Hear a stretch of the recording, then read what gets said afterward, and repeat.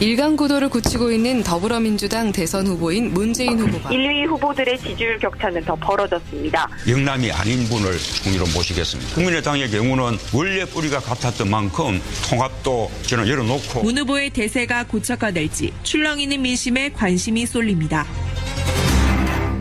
예, 열하루 남았습니다. 이제 열하루 후면 새로운 정부가 들어섭니다. 정말 선거 막바지까지 다다랐는데요. 남은 기간 선거 판세 어떨지, 변수는 어떨지, 후보들은 어떤 고민을 하고 있는지 오늘 만나보죠. 먼저 더불어민주당 선대위의 송영길 총괄본부장 연결이 돼 있습니다. 송 본부장님, 안녕하세요. 네, 안녕하세요. 요즘 뭐 선거운동 여기저기 많이 다니시죠? 네, 지금도 KTX 타고 이제 전라북도를 가는 길입니다. 가보면 분위기, 판세 어떻게 느끼세요? 많은 국민들께서 새로운 대한민국에 대한 기대와 열망을 가지고 문재인 후보에게 힘을 모아주시는 것이 느껴지는 것 같습니다. 힘을 모아주고 계시다. 네. 사실은 이제 지지율 격차가 좀 요새 벌어집니다. 다시 문재인 대세론이 나오고 있는 상황인데, 네. 그런데 안철수 후보 측에서는 얘기합니다. 샤이 안철수가 꽤 많이 숨어 있다. 즉 그들은 여론조사에 드러나지 않는 표층이기 때문에 조심스럽게 승리도 예측한다 하시던데요. 네, 모두가 그렇게 긍정적인 사고를 가지고 열심히 하는 게 필요하다고 봅니다. 아니, 그러니까 긍정적인 사고를 가지고 하는 게 필요하죠. 근데 그 샤이 안철수의 존재에 대해서 어떻게 생각하세요, 본부장님? 글쎄요, 그거는 뭐, 저는 이제, 그런 샤이 안철수 이런 이 선거 정세에 대한 분석적 관점보다는 예. 항상 제가 느끼는 것은 이 시대의 소명이 무엇인가. 문재인, 안철수 각 후보들마다 장단점이 있고 예. 저희 문재인 후보도 여러 가지 부족한 점이 많은 후보입니다. 그러나 지금 이 시대에 우리 국민과 지금 우리 사회 전체에서 요구되는 소명과 리더십이 무엇이냐 이것을 봤을 때 예. 우리 문재인 후보로 모아질 수밖에 없는 조건이 돼 있다고 봅니다. 지금 아까 우리 말씀을 주셨습니다만 바로 사드 배치가 강행이 됐잖아요. 예, 예. 너무나 저는 국회의원으로서 자괴감을 느끼고 이게 과연 주권 국가인가에 대한 어떤 분노가 있습니다. 예. 찬반을 넘어서 나라다운 나라, 제대로 좀 자기 목소리를 가지고 이 강대국 틈바구니에서 우리 대한민국의 자주성과 주권을 지키고 국민의 생명을 보호할 수 있는 후보가 누구인가? 예. 그건 문재인이라고 생각합니다.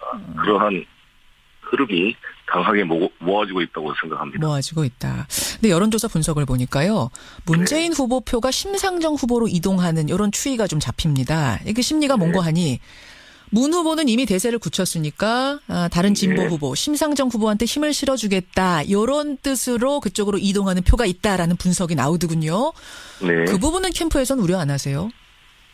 그런 현상이 일부 있을 수 있습니다만 막판에 가면 결국은 이 정권 교체를 완성시켜야 된다는 대의의 흐름이 모아질 거로 보여집니다. 그리고 이 정권 교체는 좀 더 힘을 모아서 국민들의 힘이 압도적으로 승리를 해줘야 이후에 이 전국을 이끌어가고 나라를 나라답게 만들어갈 수가 있거든요. 대통령 선거 끝나고 나서도 계속 전국이 혼란되고 저마다 자기들의 주장을 하게 되면 예.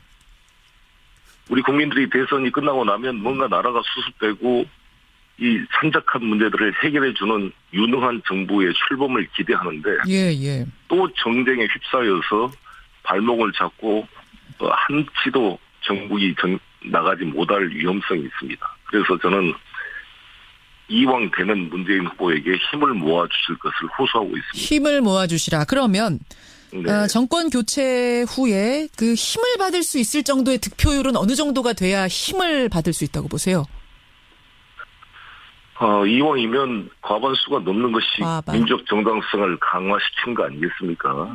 사실상 결선 투표 도입을 저희 문재인 후보나 안철수 후보도 마찬가지고 그 당론으로 채택하고 있습니다. 예, 예. 결선 투표를 해야 사실 50% 이상의 득표를 받는 정당성 있는 대통령과 정부가 출범을 해야 국민을 통합시켜 나갈 수 있는 힘이 생기는데 우리나라는 결선 투표제 도입이 지금 자유한국당 등의 반대로 인해서 안 되고 있잖아요. 그렇죠.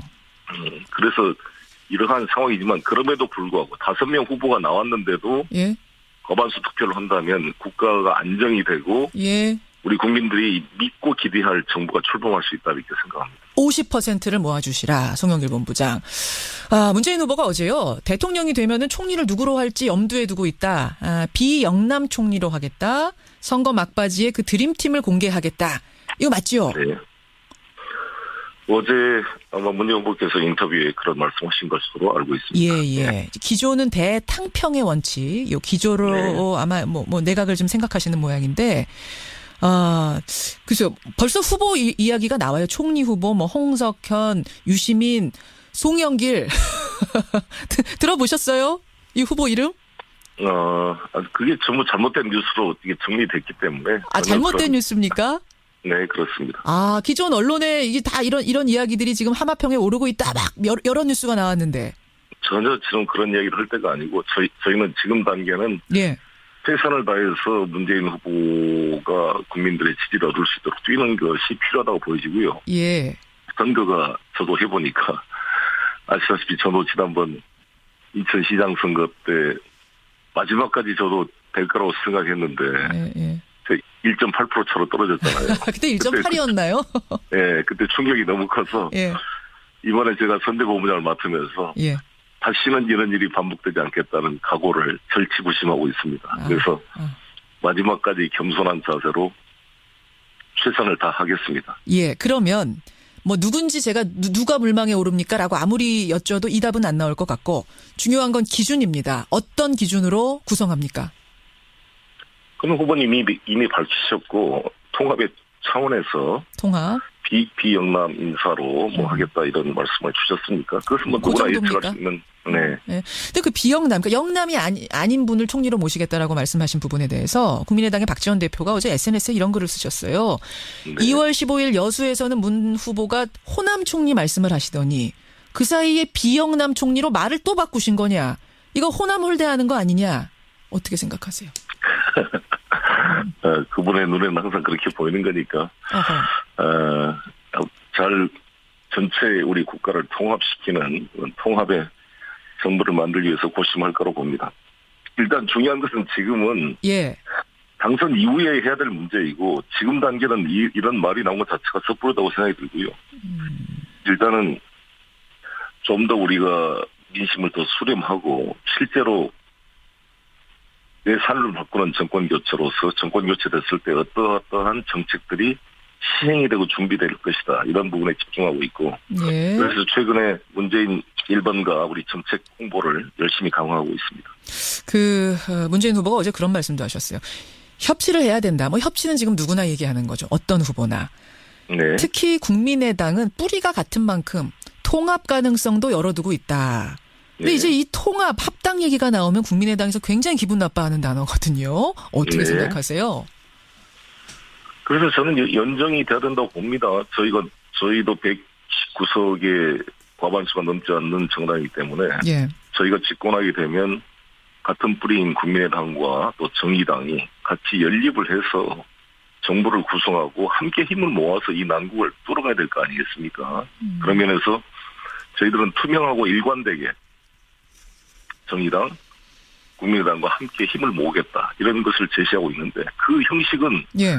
통합이 되든 뭐 연정이 되든 여러 가지 방식은 열려 있는데 문제는 국민의당이 한사코 이러한 시대적 요구를 거부하고 자유한국당이나 바른정당 다른 이런 국정농단 세력의 원죄를 벗어날 수 없는 세력과 손을 잡으려고 하기 때문에 저는 이게 문제가 꼬이고 있다라고 생각을 합니다. 그리고 예. 예. 국민의당 측에서는 뭐 단일화 같은 것 전혀 없다. 자유한국당과 바른정당과 누누이 말씀은 하고 계십니다. 그렇지만 사실상 그 손을 떼고 있고 자유한국당, 바른정당도 내각에 참여시켜서 그런 의미로 통합정부를 만들겠다 이러한 의사를 표시하고 있는 거 아니겠습니까? 그러니까 통합 정부를 만들고 협치를 하더라도 그럼 자유한국당이나 바른정당하고는 손 안 잡으시는 거예요? 민주당은? 협치를 하는 거죠. 이 연정이라는 것은 정부를 공동으로 구성하는 것인데 예. 아예 정책 자체가 전혀 다르고 틀린 사람들이 같은 정부를 구성하면 그 정부가 굴러가겠습니까? 그러니까 대통령의 통치 체력과 부딪히는 장관을 임명해서 장관이 대통령의 뜻에 항명하고 부딪히는 정부가 어떻게 유지가 되겠어요? 아하. 협조는 구하되 그쪽 사람들과 연정이라든지 그러니까 협치 이상의 것을 생각하진 않는다 이런 말씀? 아니 예를 들어서 예. 연정을 바른정당, 자유한국당까지 하게 되면은 야당이 없어지면서 완전히 책임 정치가 실종되는 거 아니겠습니까? 그럼 뭐 일당 독재를 하는 것도 아니고 예. 야당이 있어서 또 견제를 해줘야 될 거 아니겠습니까? 예, 그런 의미로. 그런 면에서 분명히 저는 여당으로서는 공동 여당으로 민주당, 국민의당, 정의당이 하고 예. 바른정당, 자유한국당 야당 역할을 하면서 또 야당과도 협조를 해야 되니까 협치를 하겠다는 것이죠. 그런 의미로. 알겠습니다. 네. 알겠습니다. 김한길 그 새정치민주연합 전 대표, 지금 이제 국민의당의 평당원이신데, 네. 요 사이에 연일 그 선거운동 현장에서 여러 가지 비판들을 하고 계세요. 특히 문재인 후보가 정치 성과 없이 친문 패권만 강화했다. 이 친문 패권에 대한 이야기를 계속 강조하시는데 어떻게 생각하십니까? 저는 김한길, 안철수 당 대표 시절에 제가 인천시장에 낙선했기 때문에 아주 여러 가지 그때의 당의 운영 과정에 대해서 크게 문제의식을 느끼고 있는데. 아, 그때가 그때군요. 가장 흐리멍텅한 지도부였고 원칙도 없고 제대로 된 싸움도 하지 못하고 오. 그 여당의 무엇을 날카롭게 지적하지도 못하고 자기들의 이익권만 챙겼던 당 지도부였다 생각합니다. 대표적 사례로 예? 광주시장 자리를 현직 시장인 강훈태 씨와 장관을 2번이나 지내고 재선 국회의원인 이용섭 의원이 경선에 참여하겠다고 나와서 경선 준비 중인데 그들의 아무런 통보 한마디 없이 안철수 쪽 사람이라 그래서 서로 타협해가지고 광주시장을 낙하산 전략 공천을 한 거 아닙니까? 완벽하게 저는 안철수, 김한길 사당처럼 운영이 됐다 이렇게 생각합니다. 사당처럼 운영됐다. 가장 흐리멍텅한 지도부. 그렇죠.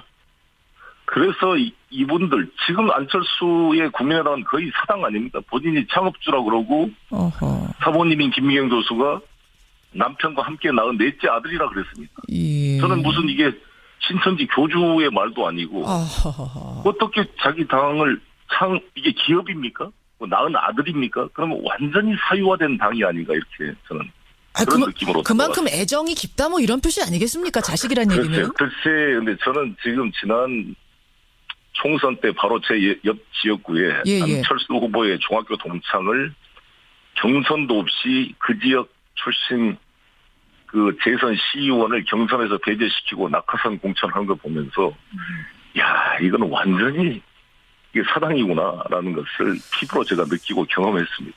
알겠습니다. 아유, 이 부분에서 가장 송영길 본부장이 분노하시네요.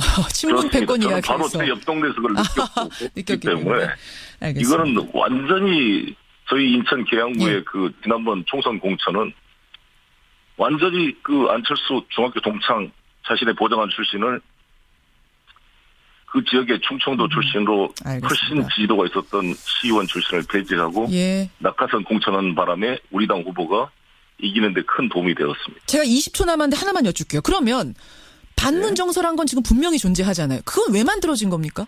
다른 데도 다 있잖아요. 힐러리도 반대 정서가 있고 트럼프도 있고 모두 김대중 대통령 때도 그랬고 다 없는 사람 후보에 대해서는 그에 대한 반대 정서가 있는 것이죠. 그런 의미의 반대 정서, 반문 정서. 알겠습니다. 여기까지 말씀 듣도록 하겠습니다. 송영길 본부장님 고맙습니다. 네, 감사합니다. 민주당 송영길 선대본부장 만났고요. 오늘 그 2부에서는 국민의당 김한길 전 대표 인터뷰 준비해 놓겠습니다. 선수는 어떨지, 후보들은 어떤 고민을 하고 있는지 오늘 만나보죠.